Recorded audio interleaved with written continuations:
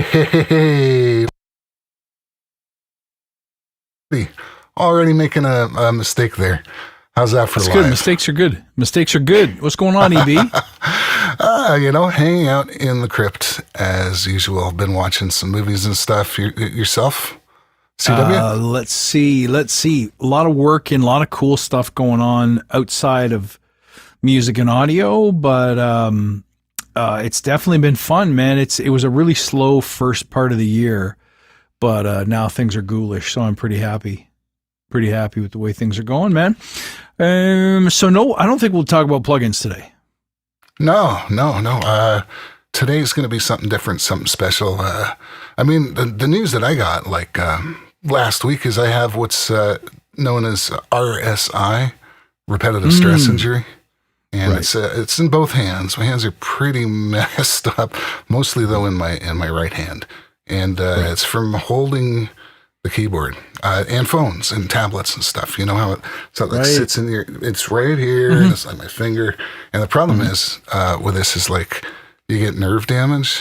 By the time you feel it, the nerves are already starting to get damaged. So the recovery is kind of long. So I've got all kinds of different input methods. I got my keyboard that I usually just hold. I'm not holding anymore right now. It's on the platform, and I am using this hand because it's just not going to be fast enough without it. But I've got it off to the side here, and I actually Velcroed it because I kept picking it up by accident out of habit. And Makes sense. Velcroed down so that I'm only using one hand. So it's like trying to operate a tablet with one hand, even on the desktops. I hope it gets better, dude. You got to take care of your health. Just a moment of silence, everybody, for people with left-hand injuries. Yeah. Okay, we're good.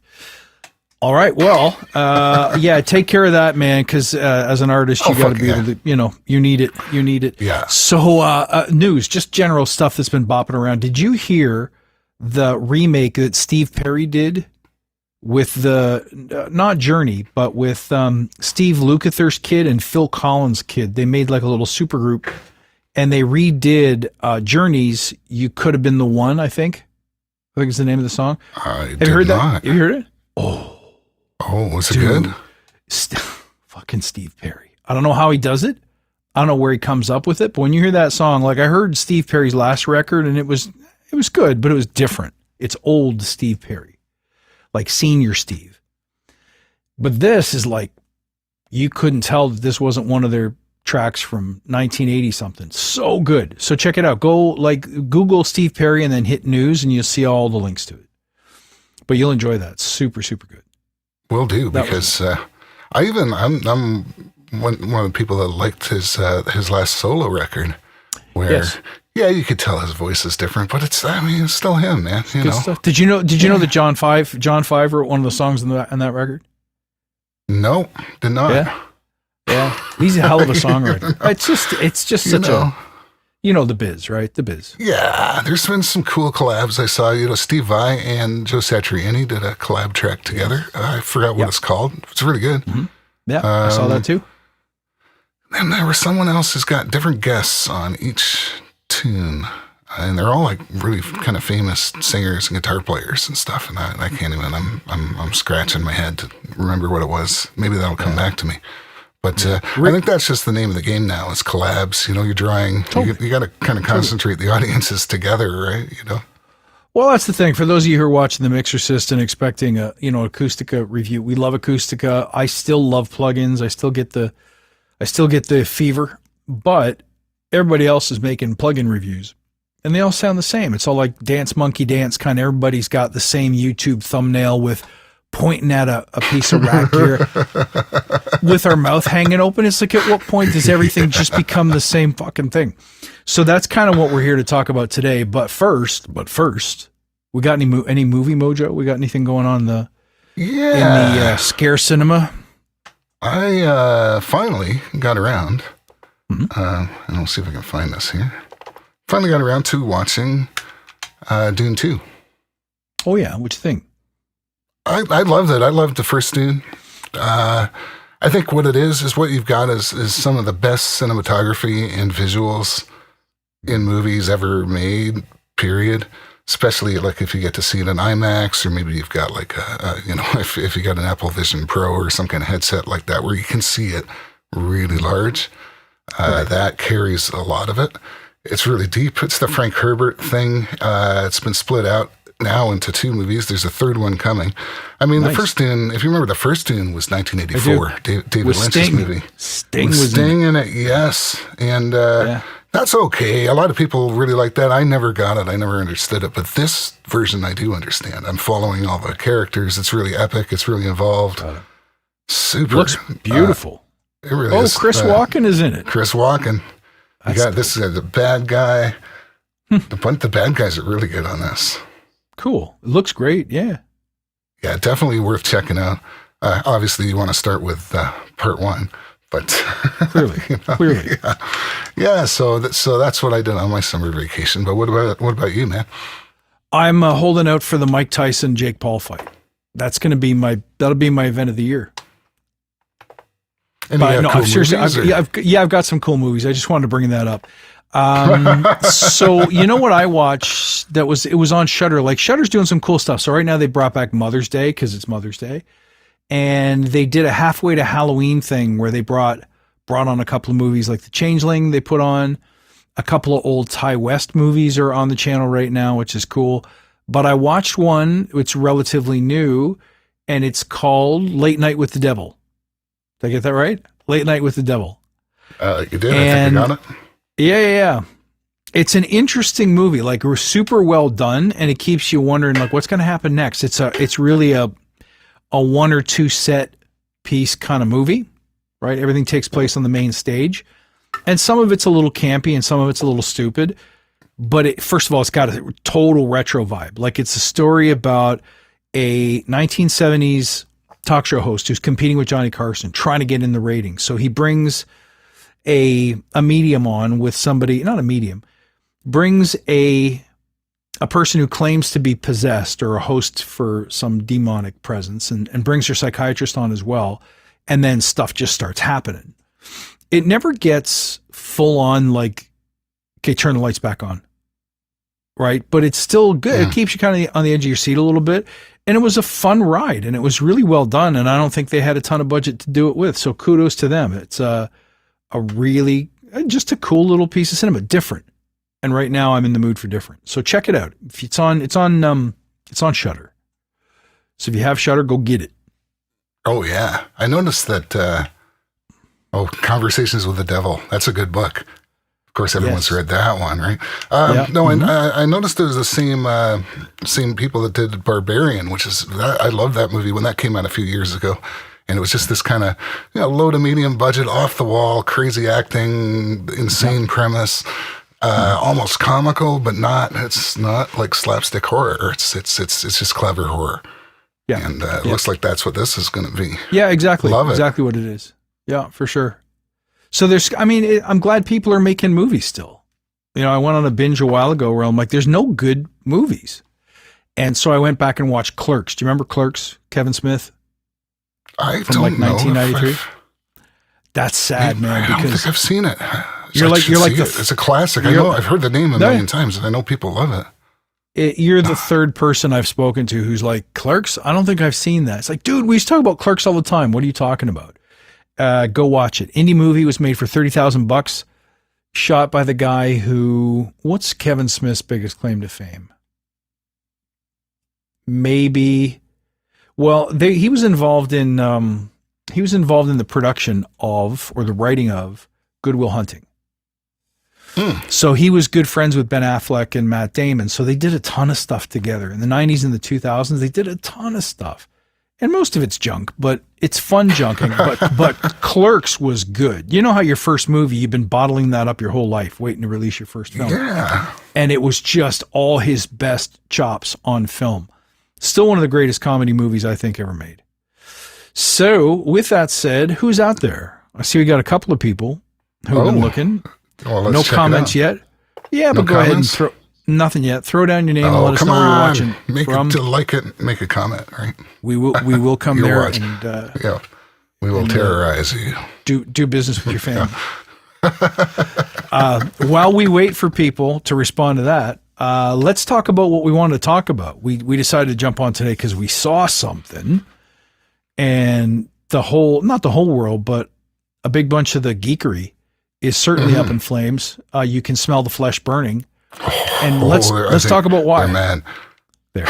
Okay. Well, I think this is not today, but yesterday, maybe even 2 days ago, Apple released an ad for their new iPad Pro, or the upcoming iPad Pro, aimed at the creative market, presumably with the message of, look at all the cool, wonderful, creative things you can do with it. But you know what? How about we don't describe it so much as just watch it?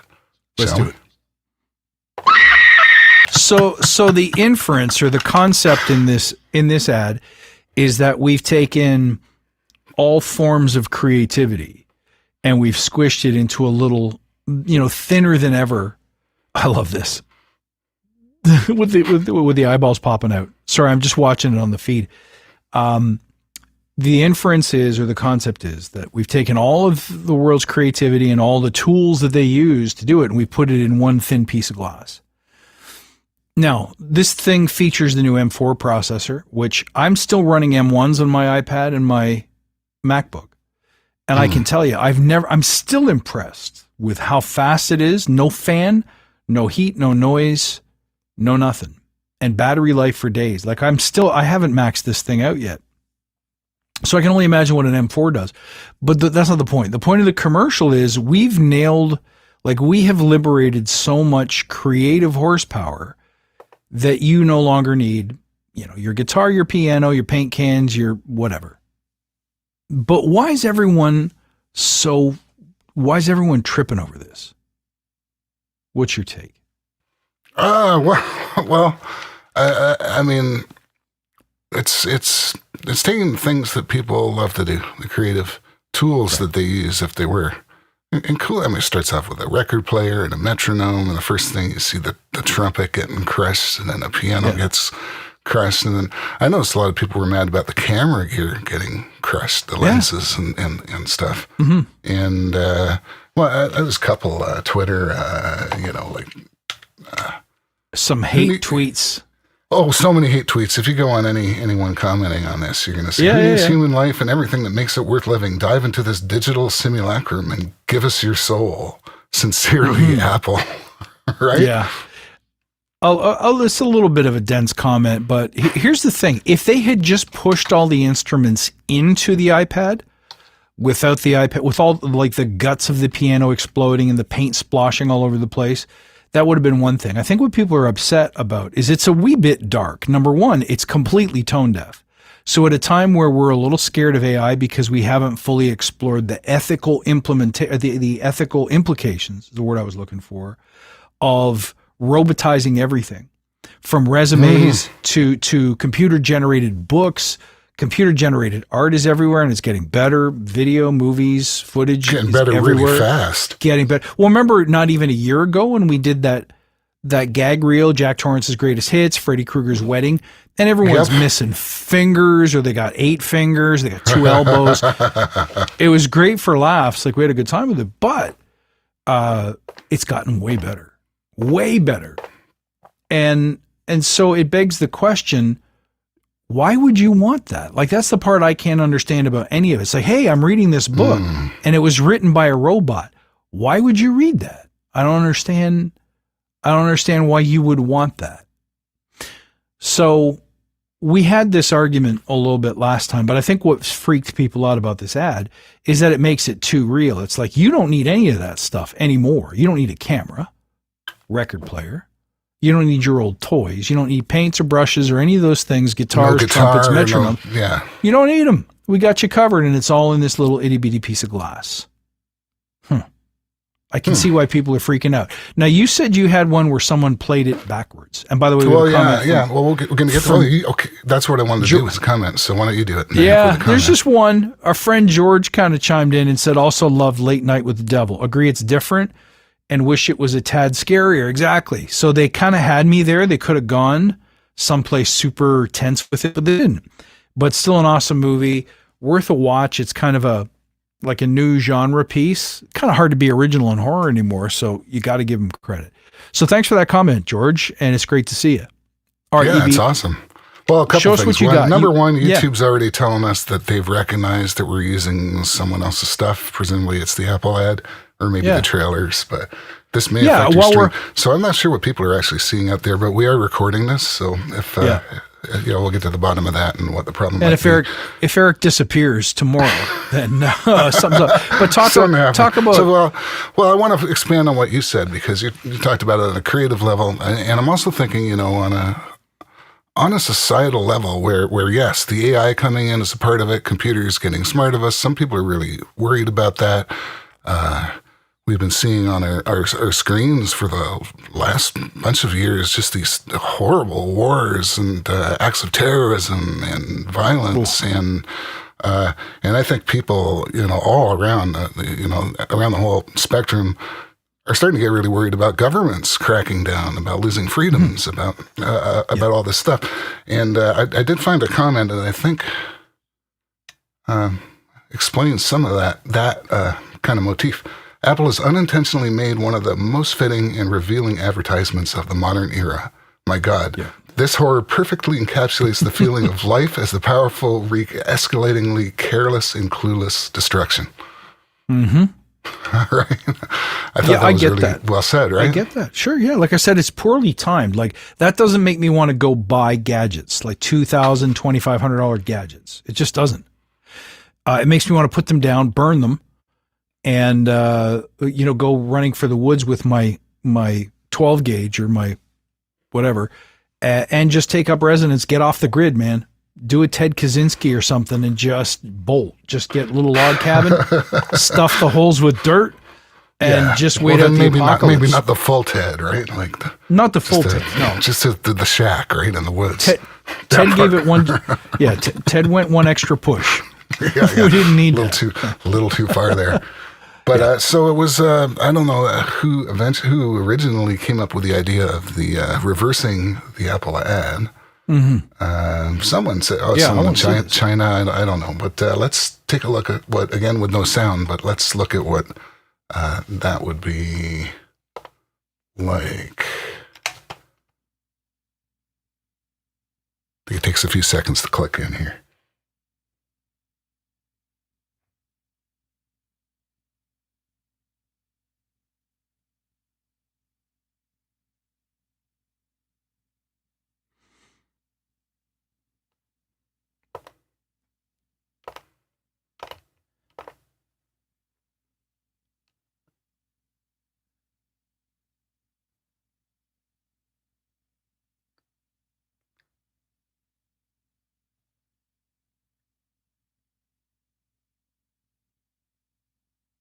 I'm thinking if they had thought to do this video, right? If that had occurred to them, or maybe it did and it got shut down.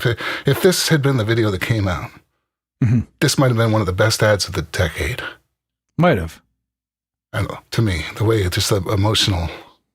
It still looks like an early Pixar movie. It's like, let's do the tech because we can, and some of it just looks like, meh. Aesthetically, it's not that pleasing. It's got a dark visage, like the concept is a lot of, toned down blues and blacks, not a lot of splashes of color until things start exploding. The paint cans explode and you got all the colors of the rainbow. So it's, in a way, it's a little bit violent. It's certainly destructive. So it's got a vibe. Yeah. It's very apocalyptic, which I'm not sure we need right now. Do we really need that? I mean, you've already got, every day you wake up and Donald Trump has gotten a new extension or delay or some kind of concession, and it's like, dude, that guy's going to be president again. Well, it could happen that way. I haven't even been paying attention to that. I'm looking at all the wars going on and shit. And exactly, it's fucking incredible. And the hatred that's coming out of that. So I don't mean to. Yeah. If you are a right wing and a Trump supporter, we love you. Everyone is entitled to freedom of their views and so on. But he's a complicated character, and for those of us who are maybe more in the middle, when we see certain kinds of, he's a polarizing guy. Let's say it that way. Yeah. So don't we have enough? You nailed the word. It is polarizing, right? Did you know that just this last little while, hate speech and all forms of hate speech, right? Anti everything, anything. Pick one. Pick a group, right? Pick one. All of it. All of the speech has doubled. All the hate speech towards whatever group has doubled. Incredible. Incredible. Yeah. And that's not the world that I pictured, I would raise my children in. So it's kind of a weird time. Yeah. Apple used to be, remember the iPod ads? It was like a silhouette of a dude, a nondescript dude with dreads holding his iPod with wired headphones, because that's all you had back in the day. Very, very pastel colors. And you just got the distinct impression that anyone, anywhere, operating an Apple device was doing it on inline skates. They were just having that much fucking fun. Mm-hmm. And now it's like, let me blow up all your toys. Like, see this piano? You are sucked into the void. Crushed. You're not going to need that guitar where you're going. And also, I think there's a little bit, and the creatives know this, that there's just a little bit of hubris going on there, where it's like, that guitar that's in the iPad, that's not going to sound like a real player, not yet. Nope, maybe not next yet. year. Maybe next year. Doesn't. But yet. Again, why would you want that? When I consume art, I'm looking for a real living thing transmitting their particular experience or their sense of the world or their emotion or their values. And I'm looking to receive that and see what I make of it. And as an artist, you're doing the inverse. You're throwing it out there and saying, I hope this lands some way, somehow, maybe close to the way I intended it. But the experience of producing and consuming art is like a transmitter and a receiver. I'm going to make something, drop it in the pond like a pebble, and it's going to make ripples. And those ripples are undeniable. They're unchangeable. They're unstoppable. And if you happen to be in their pathway, you will receive. And that's the beauty of art. What did that mean to you? What did that change for you? Did you learn something about our shared human condition? Did you see something beautiful? And so when people take the bother, old-fashioned though it may be, like you remember the days when you had to clip tape with a razor. You had like splice tape to piece it back together. Yeah. It used to be a hell of a lot harder to get an album produced and distributed and heard. It used to be hard to pack your shit up and go to a show in the back of a station wagon with the bass drum taking up 3/4 of the trunk. And so your Marshall had to sit in your lap in the back seat. Some things are worthwhile because they're hard. If you take everything and make it easy, people don't value it. So it becomes meaningless. Yeah. My wife's an art teacher, and I asked her, hey, what do you think of all this stuff? Because every year she does this exercise with her students. And she says, what is art? And so the kids will come up with a first what a brilliant way to go about it, by the way. My wife's brilliant. And your first iteration is going to be, well, it's like the intersection of shape and color and whatever. And you're like, yeah, but what about music? Oh, right. So they got to modify their definition. And then, well, what about this? And they got to modify their definition. And then you get to a point where you're like, what if I take a picture of a dog shit on the sidewalk? Is that art? Because it's not a holiday snap, but what's the difference? Why is some time and thought was put in? Yeah, Duchamp's urinal. Why is that art? But a real urinal is not. Why is Warhol's cans of Campbell soup art, but an actual can of Campbell soup in the grocery store is not?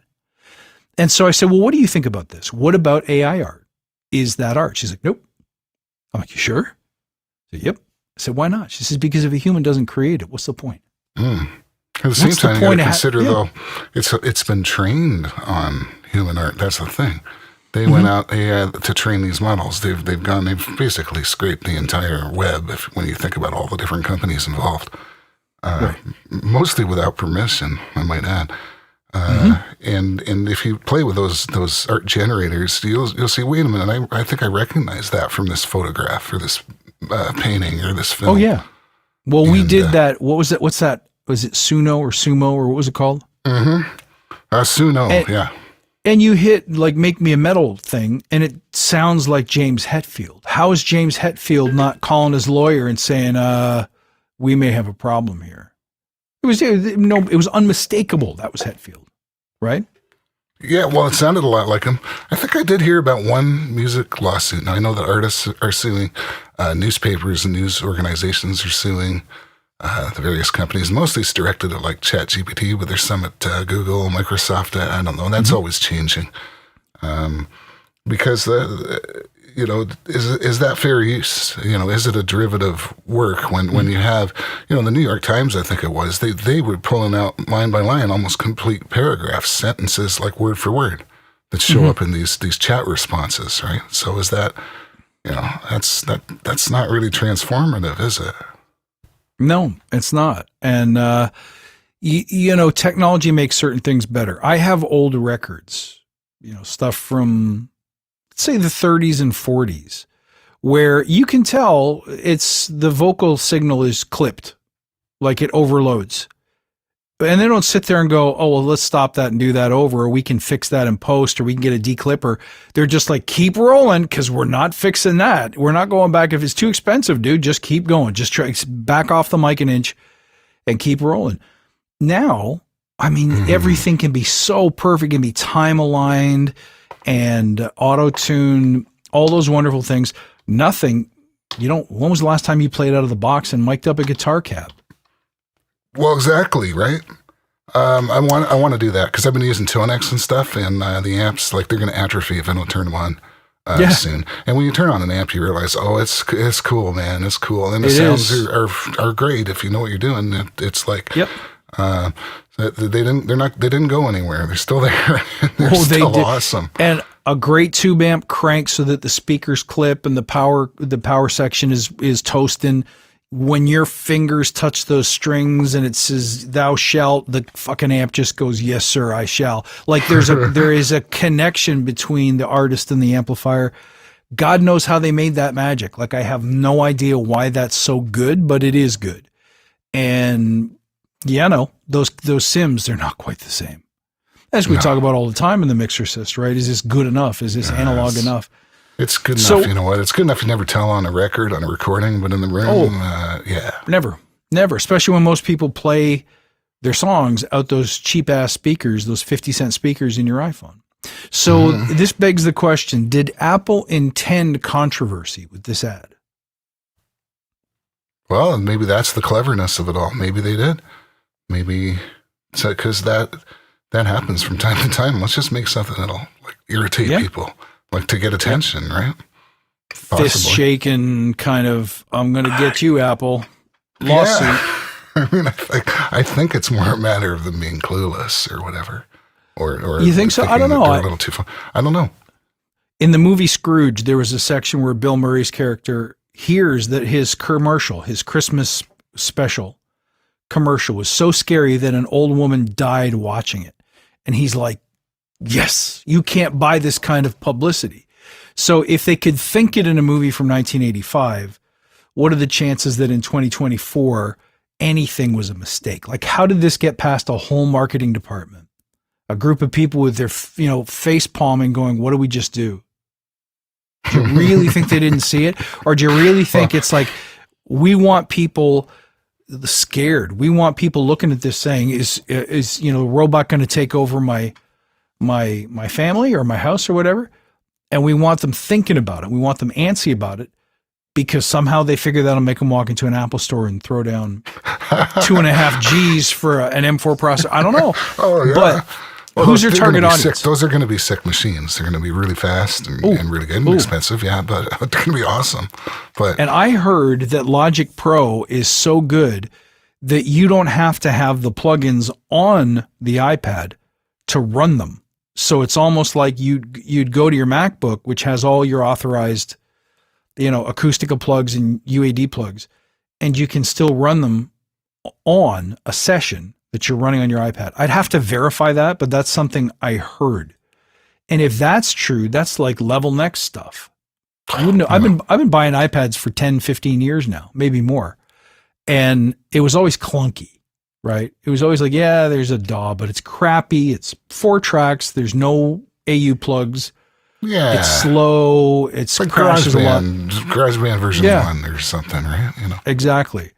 But now the tech is totally catching up to the point where, to me, if we're going to do all this stuff in the box, make it comfortable, make it portable. Be on a beach in Costa Rica or in Thailand and mix your tracks with your Bluetooth headphones. Like, it ain't what it used to be, but man, if you love the art, if you love making music, if you love audio, These tools are like unthinkably good.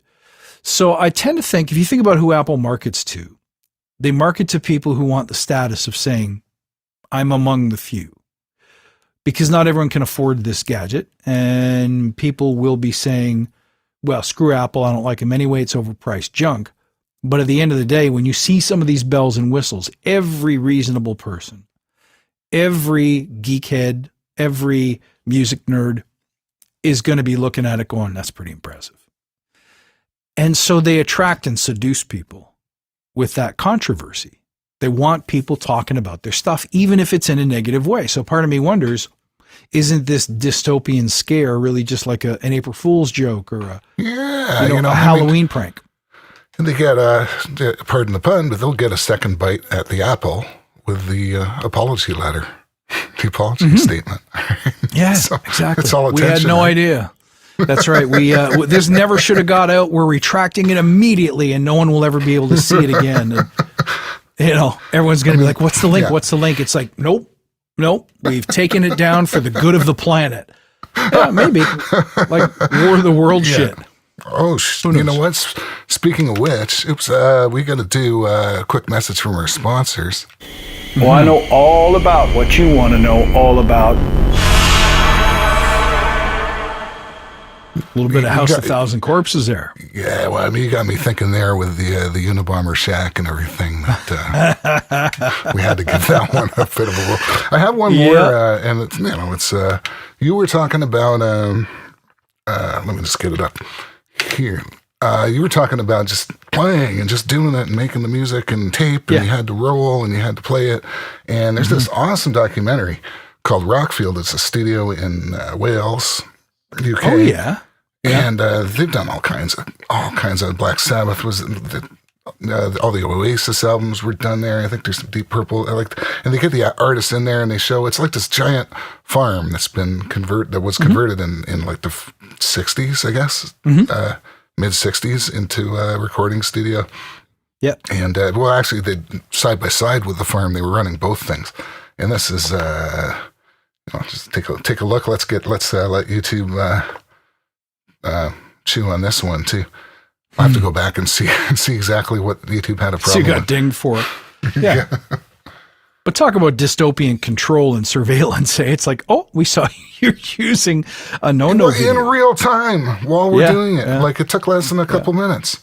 There's the owner of the studio. There's an old console, old patch bay. Just incredible, man. Sabbath. Yeah.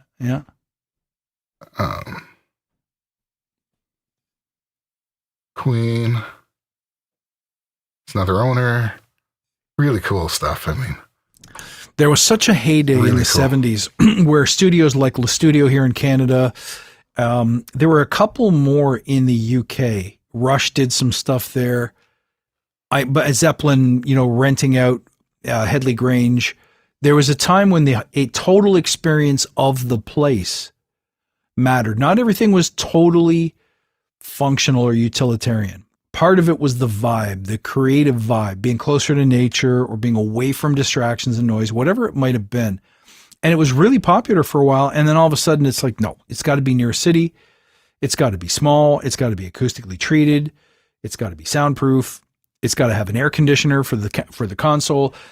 I think those things changed the way that records like this used to happen. Yeah, the vibe, the idea. I mean, back then the idea was, you could either record it in like a small, cramped kind of city place, or maybe a higher end facility wouldn't be so cramped, but it wouldn't be like large and gigantic with tons of rooms to choose from, where like you get either a cavernous sound or a mid sound or you could just go out, live a residential studio. This was they're saying this was the first residential studio. Where the artists could move there for a month, 2 months, whatever. There was a band that spent a year in there. I'm forgetting which one. Yeah. But I think it was Stone Roses spent like over a year in there. And you would write a record that way. You would write a record in residence, with the gear around you, everything set up nice, a great comfortable place for the band. And if you wanted to throw the faders up and start tape, you could start making your record. That would have been a privilege to be part of something like that. Oh yeah, for sure. But I anyway, just love. Yeah. sorry, go ahead. No, I was just thinking what a juxtaposition between, say, that you're out in the country living with your mates, your buds, your friends, Yeah. making music, and and Yeah. milking cows, riding tractors, getting Yeah, in, now you driving into phone it town, in. drinking at the pub. Yeah. Yeah. So does You can that be two separate you know, places. Yeah. So does that experience, one way or the other, does that come across in the recording? Does that come across in the vibe of the finished product? It's a good question. It's a good question. Anyway, It'd be Food for cool thought, to see what happens. Yeah, it'd be cool to see what happens with this commercial. Good luck, Apple, on your sales. Apparently, they're luck. down. But yeah, I you know what? I enjoy these conversations with you because we're both yeah, a little old school, but at the same time, we both have an appreciation and a background in arts of all kinds. And so that informs some of the stuff that's happening today. And there's a temptation to want to put the brakes on and say, whoa, whoa, whoa, you're innovating too fast. And yet we all use these tools, right? We've all There you got go. Neve emulations that are like, holy smokes, that sound in a plugin, incredible. But then there's some innovations where we're like, now, wait a sec. Is this ethical? Is this valuable? Is this good? And is this fun to use? Is this even fulfilling to Yeah, to that's a good point. type in a few words and here's the song in a minute and a half?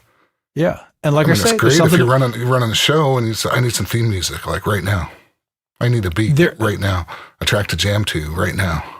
That is Some amazing things- for stuff like that. Some things should be hard, like I said, because it's the striving that defines the human condition, right? You're born and you're immediately thrust into struggle, and it's the hero's journey from that moment forward. And how you emerge from that is what defines meaning. So the idea that you can just sit there like one of the fat characters in WALL-E sitting on a floating lazy boy with food injected directly into your face and push a button and say, make music. Is that where we really want it to go? Is that living? Interesting question. I was thinking about like the Apple Vision Pro. And, Yeah. I mean, hopefully enough people are going to play with it, and it's a really expensive item right now. But it won't be. A year or two, it's not. You're going to be able to get something like that. Yeah, it'll probably be smaller, but probably just as functional, much more affordable.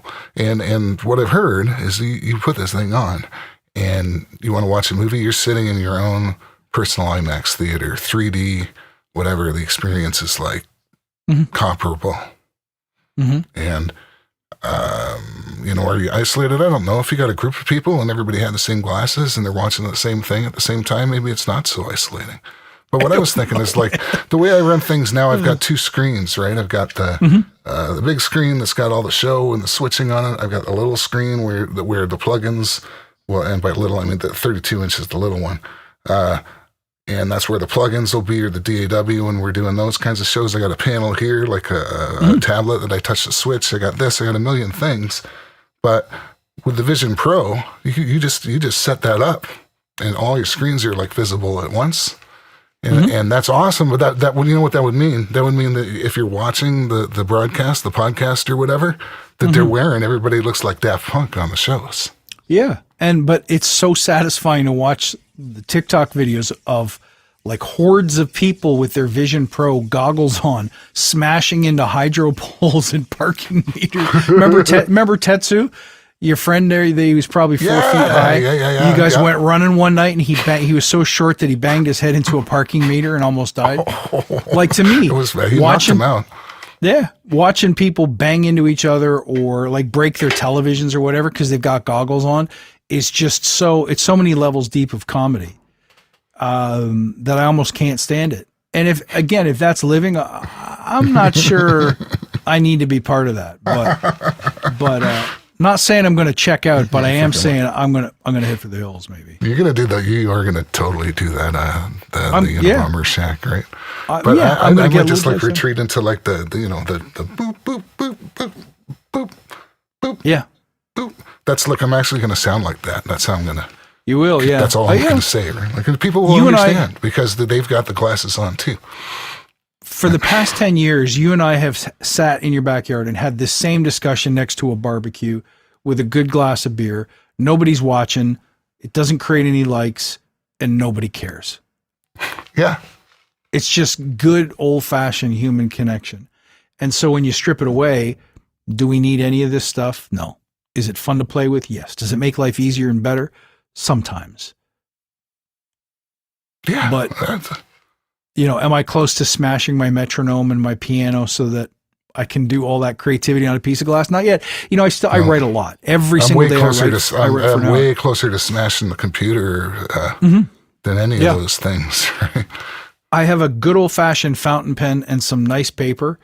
And more than once a week, I sit down. I'm like, I can't look at screens anymore. I just want to write. I just want to feel the pen flow against the paper. That's all I want. And it feels good and it feels creative and different stuff comes out. I assure you. Something to think about. It's a skill too. It's a muscle. If you write music, you pick up a guitar, let's say, and if you do it enough, eventually you get to this stage, you just pick it up and music just flows out. Not predetermined, not a cover, not something you wrote before. It just happens. You go, oh, that's cool. That's now you're getting creative, right? The same thing with lyrics or visual art, whatever. But you got to spend a good amount of time in that mode. Because it will atrophy if you don't. That's what I find. Physically with an instrument, like regardless of what you're playing, like if you take enough time off, you just won't be able to play it. So I think the creative muscle, there's that word. I'm certainly not the person to use that, but I think there's something to that concept, right? Trying to take a little bit each day or a certain amount of time each week, whatever you can do. And look at your RSI, right? If you overuse it or you do it wrong, you're going to pay. That's from the computer. That's not from the guitar. Yep. That means I've been spending way more time on a computer keyboard than I have playing. And that's kind of sad. Right? It is. Yeah, man. Anyway, why don't we wrap this one up? Thanks to everyone who came out tonight. We have one viewer left, so thank you guys. I appreciate you coming out. I hope you enjoy this. That's awesome. We love making these, whether it's about plugins or not, so we'll keep doing them. If you guys keep watching it, and if you don't watch, you probably won't even care. I'm just kidding. No one cares, dude. No, people care. Yeah, long after. There's probably going to be an upload because I do have a sneaking suspicion that when we see back what we have, it's going to be kind of chopped up because of this YouTube stuff. Okay. I think they really didn't like one of the trailers, or they really didn't like the Apple ad, whatever it was. Big brother's watching. We will make the necessary adjustments and upload as well. Those, it's weird. Uploads get a lot more play still than the live streams do. Interesting. For whatever reason. Oh, and Apple just released. Didn't Apple TV just put a rendition of 1984 on their channel? I think so. I heard of a podcast or something, or there is a new rendition of 84. I see. And then actually, you remember there was an old Pepsi or Coca-Cola ad back in the 80s, and it was like 1984, everybody in the room and this big brother character on the screen, and that freaked people out back then. Mm-hmm. And that to this day, I still remember that ad. And I was probably young enough; it didn't really scare me that much at the time, but it scared enough people, and I remember it was enough of a thing. I don't remember really many of the other older ads from back then. Maybe Michael Jackson. The next Pepsi ad was the one where they burned Michael Jackson's hair off. Nobody There's liked that either. That online. There's footage and of that online. That was the beginning of the end for Mikey. I'll tell you that right now. And the New Coke, if anyone's old enough to remember the New Coke tobacco. Yeah, I remember that. That was something. By the way, if you haven't watched that documentary on We Are the World yet, it's on Netflix. It's called The Greatest Night in Pop or something. Anyway, I had no idea Bob Dylan was that terrified of being around other people. Oh, it's so good. You got to watch it. Great documentary. Anyway, that's it for tonight, I think. Awesome. Yeah. Good to see you, Thanks AB. so much. Yeah, good to see you too, CW. And take care, friends. We're going to keep on rolling, man. Thanks for watching. Make sure you like and subscribe. All that. See you next time on The Mixercist.